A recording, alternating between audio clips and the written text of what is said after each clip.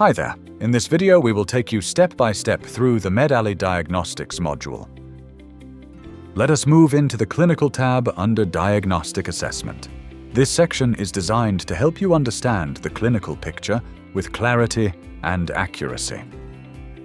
Clinical brings together risk factors, clinical indicators, chief complaints, chief complaint analysis, clinical findings, and risk assessments. Each part builds the clinical story so you can compare possibilities and move toward the most accurate diagnosis. Risk factors highlights the risks associated with the patient profile. Clinical indicators displays mild symptoms and early clues that support your reasoning. Chief complaints records what the patient is experiencing in their own words. Chief complaint analysis breaks down the problem in detail, including duration, severity, and associated features. Clinical findings summarizes what you note during your exam or assessment. Risk assessments provides an overall risk picture based on all findings.